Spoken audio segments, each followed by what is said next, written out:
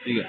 Jadi terkait video YouTube kemarin yang pertama terkait pemindahan ibu kota Jakarta ke Panajam, ada teman-teman yang ber-WA juga publik yang bertanya ke saya langsung WA, maksudnya itu seperti apa. Jadi begini saya jelaskan.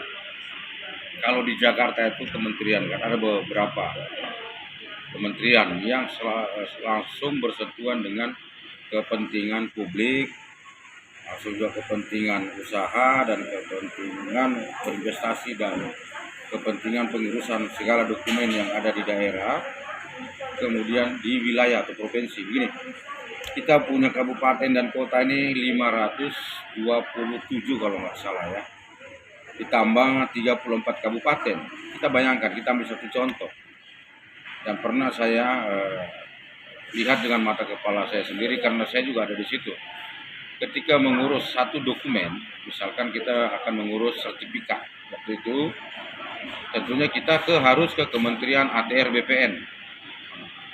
Juga kalau masalah hutan, nah kita ya satu daerah, ada teman-teman saya di Dewan yang dulu sama-sama semasa kecil banyak sekarang jadi Dewan.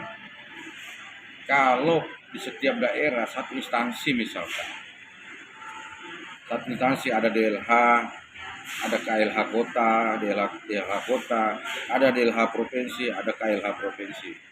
Ini kalau setiap hari atau setiap minggu mereka berangkat ke Jakarta, minimal 3 orang saja. Di luar daripada kepentingan investasi publik, pengusaha yang berangkat ke Jakarta, belum elemen masyarakat yang lain berangkat ke Jakarta. Untuk bertemu aja dengan kementerian, mengurus dokumen di satu kementerian, di Manggala itu udah ribuan orang. Bayangkan kalau satu instansi saja sudah hampir puluhan orang, bagaimana dengan 500 daerah di seluruh Indonesia? Berarti Jakarta itu padat di satu kementerian saja. Coba Menteri Kehutanan seperti itu, Menteri Kelautan apalagi, belum lagi Menteri Investasi apalagi. Terus ini, jadi setiap daerah kita ambil saja satu contoh.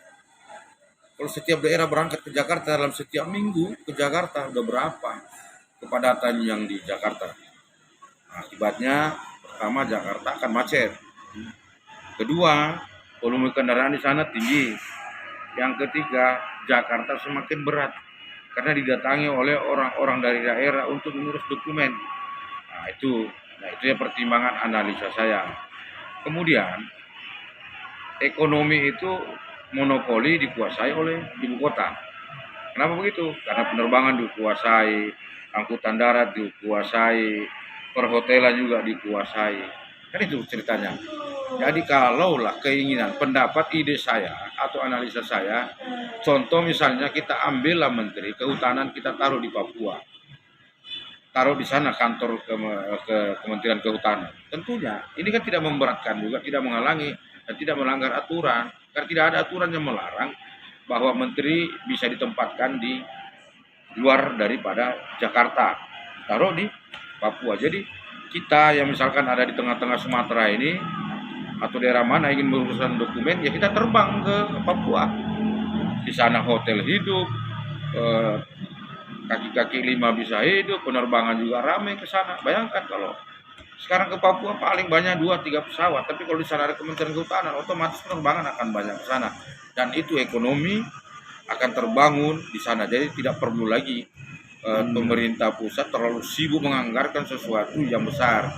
Karena pemindahan ibu kota itu, dengan secara ini, pemindahan beberapa kementerian keluar dari Jakarta itu jauh lebih efektif, jauh lebih murah dan efisien, dan juga pemerataan ekonomi yang kita ingin selamatkan.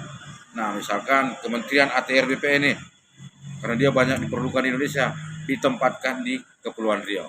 Otomatis Kepri menjadi padat, perhotelan juga ramai, kemudian pusat jajanan masyarakat pun ramai. Pokoknya ramai lah.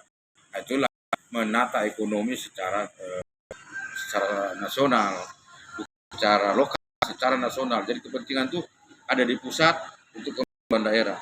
Salah satunya yang paling efisien itu keinginan atau analisa saya ya, analisa bukan keinginan, maaf. Ibu kota itu nggak terlalu penting dipindahin ke Kalimantan. Kenapa? Kalau di sana lagi nanti berarti ekonomi dikuasai lagi oleh istana baru lagi yang ada di Kalimantan. tidak ada pemerataan lagi ekonomi, karena semua orang yang akan bangun hotel lari ke sana, yang menguasai penguasaan kendaraan darat dan udara juga akan berinvestasi ke sana. Sementara dari lain tidak dapat. Nah, itulah tujuan saya, dan ini masukan yang sudah beberapa kali saya sampaikan. Jadi ini sambungan dari yang kemarin. Jadi mohon dipahami ini keinginan ke analisa saya seperti itu. Jadi mudah-mudahan ini jadi barang masukan buat para petinggi kita di Jakarta, baik di legislatif maupun di yudikatif. Saya kira begitu. Terima kasih.